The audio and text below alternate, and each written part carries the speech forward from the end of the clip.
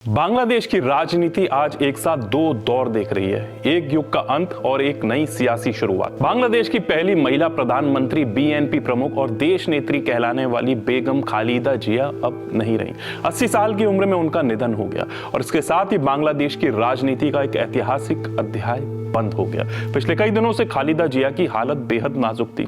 ढाका के ever care अस्पताल में उनका इलाज चल रहा था। डॉक्टरों के मुताबिक ये लिवर सिरोसिस, फेफड़ों में संक्रमण, गंभीर अर्थराइटिस, डायबिटीज और हृदय रोग जैसी गंभीर बीमारियों से जूझ रही थी।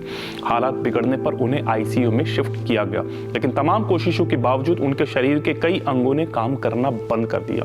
खालिदा जिया सिर्फ एक नेता नहीं थी, वे बांग्लादेशी लोकतंत्र की पहचान थी। 1991 में उन्होंने देश की पहली महिला प्रधानमंत्री के रूप में इतिहास रचा। वे 3 बार प्रधानमंत्री रहीं, लेकिन उनका राजनीतिक सफर सत्ता से ज्यादा संघर्ष, जेल और विरोध की राजनीति से भरा रहा। 1981 में जब उनके पति और राष्ट्रपति जिया उर रहमान की हत्या हुई, तभी से उन्होंने राजनीति की कमान संभाली। सैन्य शासन के खिलाफ लोकतांत्रिक आंदोलन का चेहरा बनी। शेख हसीना के साथ उनकी दशकों चली टक्कर बैटल ऑफ बेगम्स कहलाई, एक ऐसी राजनीतिक जंग जिसने बांग्लादेश की दिशा तय की। उनके निधन की खबर फैलते ही पूरे बांग्लादेश में शोक की लहर दौड़ गई। ढाका की सड़कों पर भीड़ है, अस्पताल के बाहर आंसू हैं और बीएनपी ने इसे देश के लिए अपूरणीय क्षति बताया।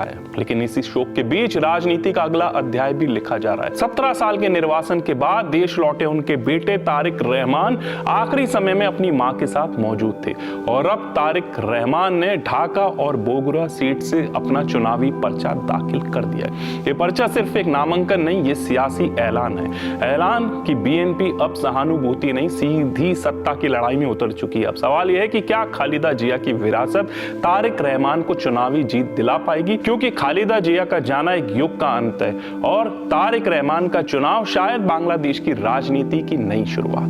जय